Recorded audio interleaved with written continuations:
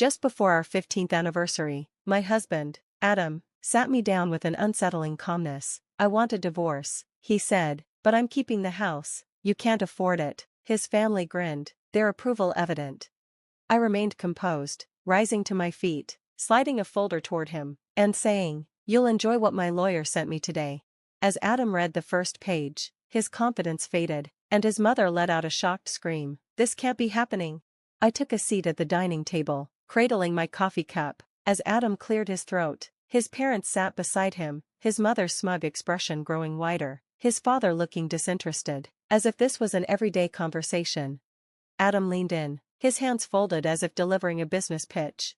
"I want a divorce," he said, tone steady, "but I'm keeping the house. You can't afford it." His mother's smirk deepened, his father gave a faint nod, clearly on his side, as if this decision had been made without me. Though my stomach churned, I kept my face neutral. This wasn't a surprise. I had seen the signs, the late nights, the hushed phone calls, the colder behavior from his family, which had never been warm to me to begin with. And then there was the money. Money had always been an issue. Adam came from a wealthy family, I didn't. His parents had always made it clear they didn't think I was good enough for him. A small-town girl who worked 2 jobs to pay for college wasn't their idea of an ideal match for their son, but I didn't let that bother me. I had built a life with Adam, or so I thought. But over the past year, the bank statements weren't adding up. Our joint savings, built over 15 years, was disappearing, but I wasn't spending it. When I asked Adam about it, he brushed it off. "I handle the finances, don't worry about it," he'd say, kissing me on the forehead as if I were a child. I worried, and I started digging. What I found shook me. So now, as Adam sat across from me with his smug grin, his mother nodding her approval, I calmly set down my coffee, reached into my bag, and slid a thick manila folder toward him. "You'll love what my lawyer sent me this morning," I said. His smirk faltered as he opened the folder. The color drained from his face as he read the first page. His mother peered over his shoulder, her expression twisting into disbelief. "This can't be happening," she shrieked. I leaned back in my chair, tilting my head. "Oh, but it is." And I let them read on. 15 years of marriage, 15 years of partnership, that's what I thought we had, but it turns out, Adam had been planning this for a long time. I found out that Adam had been secretly transferring money from our joint account into one of his own, quietly, steadily, for years. At first, it was small amounts, just enough to go unnoticed, a couple hundred here, a few thousand there. Then, the amounts grew, 10,000, 20,000, until, one day, I logged into our account to find what should have been a 6-figure balance had dwindled to barely enough to cover a month's bills. Naturally, I confronted him. I asked him where the money went. He laughed, actually laughed. "You wouldn't understand," he said, dismissively, "just let me handle it." That's when I knew he had no intention of fixing anything. So I hired a forensic accountant. The findings were devastating. Adam wasn't just moving money, he was gambling it. He'd invested in shady ventures. He'd been spending large sums on someone who wasn't me. And worst of all, his parents were complicit. The house, his supposed prize, wasn't even his to claim. When we bought it, Adam's parents insisted on contributing to the down payment. They were sure to make it known every chance they got. What they didn't realize was that their help left a paper trail. Their names were on the deed, which meant they had a stake in the property. And when I discovered that Adam had been secretly selling off our assets, including trying to use the house behind my back, I had legal grounds to stop him. Because of his debts, his shady dealings, and the fraud he'd committed in my name, the courts wouldn't be awarding him anything, the house wouldn't be his, the accounts wouldn't be his, the business he'd tried to fund with stolen money, gone. And the best part? His parents, who had smirked at me across the table, were now realizing that their son's financial ruin was also theirs. They had co-signed his failed investments, they had helped him hide assets, they had encouraged him to think he could leave me behind without consequences. His mother clutched her pearls, yes, literally clutched them, while his father, usually stoic, ran his hand over his face, realizing the depth of the mess. Adam slammed the folder shut, his jaw tight. "This isn't over," he growled. I smiled. "Oh, darling," I said, standing up and grabbing my coffee, "it was over the moment you underestimated me." And I walked out of the house. For now, because soon, it would be mine. Adam sat there, His face a mix of anger and panic. His mother was still in shock, while his father flipped through the documents, his hands trembling slightly. I could feel their world crashing down around them, but this was just the beginning. As I walked away, Adam sprang from his chair. "You're not taking my house," he shouted. I stopped in my tracks and turned to face him. "You mean our house?" I said, raising an eyebrow. "Or the one you tried to sell behind my back?" His jaw tightened. His mother snapped out of her daze, pointing a trembling finger at me. "You manipulative." I raised my hand, cutting her off. "Careful," I said, my voice calm but unwavering. "You might want to save your energy for the lawyers you'll be needing." I walked out the door, letting it slam behind me. The next few weeks were utter chaos. Adam bombarded me with calls and texts. His messages bounced between remorse and rage. "Let's talk. We can work this out. You have no right to do this. This is my house. You can't win." I didn't respond. Instead, I let my lawyer handle it. Then, Adam made his next blunder. Around 2 a.m., I got a call from a neighbor. "Hey," she said, voice hesitant, "I don't mean to alarm you, but Adam's at the house, and he's throwing stuff onto the lawn." I sat up. "What do you mean, throwing stuff?" "He's tossing furniture out like a madman. His parents are there too." I was already getting dressed. "Did you call the cops?" I wasn't sure if I should, but, "You might want to come over here." I grabbed my car keys and drove straight there. When I arrived, the sight was unbelievable. The front yard was a wreck, my furniture, my books, everything was scattered on the lawn. Adam stood on the porch, breathing heavily, while his mother barked orders.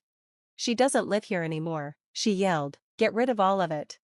His father stood quietly, looking more worn than angry. I stepped out of the car, phone in hand. "What are you doing?" Adam spun around, face red. "You left, right? You walked out. That means you abandoned it. This is my house now." I took a deep breath. "You really don't understand the law, do you?" I walked up the driveway, holding my phone up for him to see. "By the way, the cops are on their way." His mother's face twisted with fury. "You called them?" "No," I said, smiling. "The neighbor did." At that moment, flashing lights lit up the street. The next few minutes were a blur. The cops asked questions. I explained everything. Adam stood there, stammering, realizing the colossal mistake he'd made.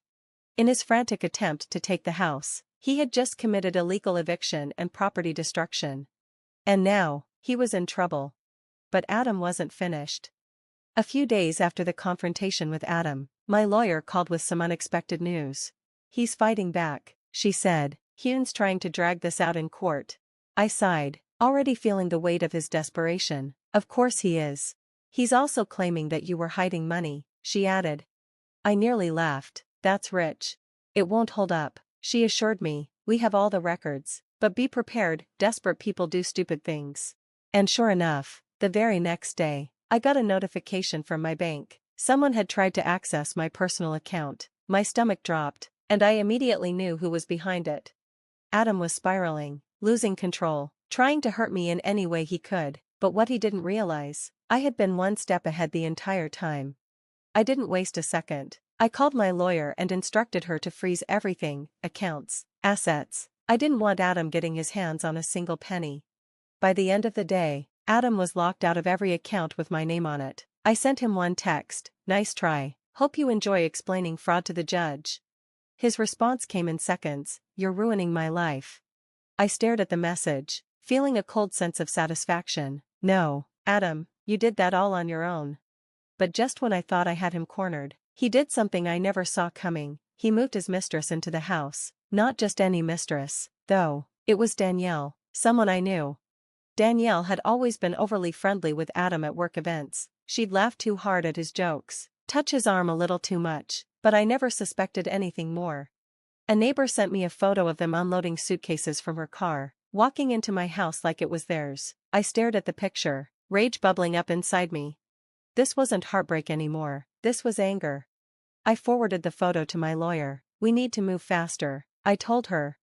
She sighed. "He's digging his own grave. Let him keep making mistakes." But I couldn't wait. It was time to act. I'd been holding on to a piece of information for the right moment, and now, it was time to use it. Adam hadn't just mismanaged money, he'd committed fraud. Years ago, He had forged his parents' signatures to take out a massive loan in their name. He had gambled away most of the money, and his parents never knew, because he had been making the payments, until recently. I made one phone call, an anonymous tip, and a week later, Adam's parents received a notice. The bank was suing them for fraud. Unless they could prove they hadn't taken out the loan, they were responsible for the debt. It didn't take long for them to figure out it was Adam. When they did, all hell broke loose. I was sitting in a cafe when I got the message from Adam's mother. "You did this. I hope you're happy." I smirked and replied, "No, Adam did this. You just covered for him too long." That night, Adam texted me, "We need to talk, please." I ignored it. An hour later, another text, "Danielle left." Then, "My parents aren't speaking to me." And finally, "Are you happy now?" I read the messages, feeling something I hadn't in a long time, freedom. But it wasn't over, not even close. A few days later, after Danielle left him, I got a call from an unknown number. It was Adam's father. "You need to come to the house," he said, his voice strained.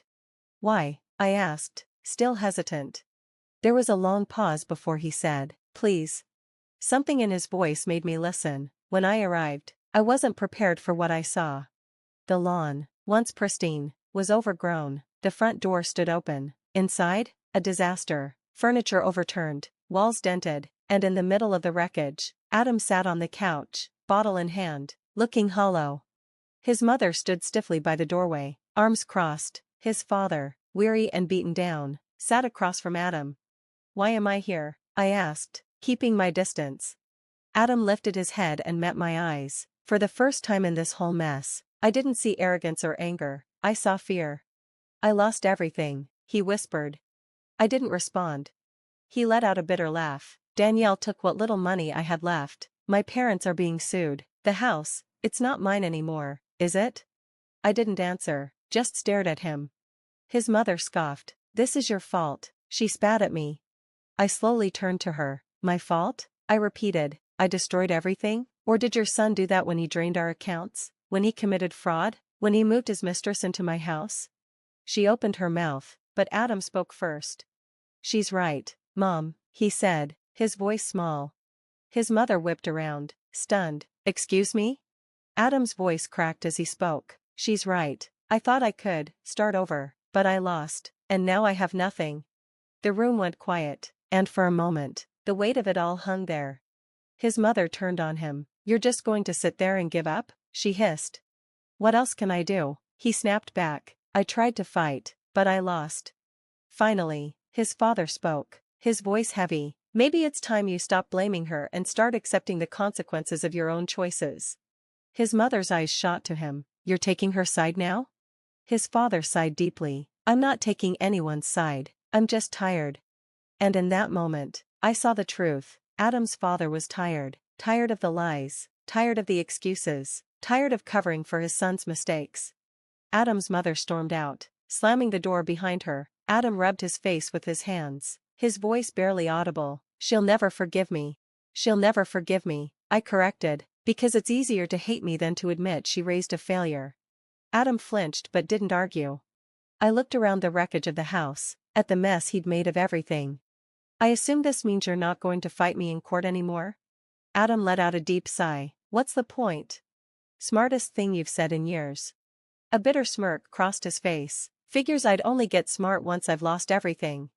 I didn't reply. Instead, I pulled a set of documents from my bag and placed them on the table. "The final agreement," I said. "Sign it, and this all ends today."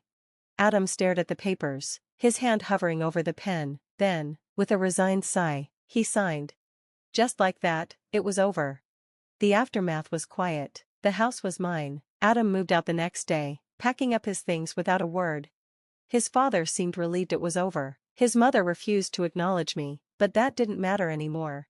Danielle? She was gone. Last I heard, she had drained whatever was left of Adam's money and moved on to her next victim. As for me, I stood in my empty house, finally taking it all in. It felt different now, lighter, like the past had been swept away. I should have felt victorious, but all I felt was exhaustion. 15 years, I had spent them building a life with someone who, in the end, saw me as disposable, but as I stood there, I felt something else too. Hope. because for the first time in years, my future belonged only to me, and that was worth more than anything Adam had ever stolen. Thanks for watching, see you again in the next video, stay stunned.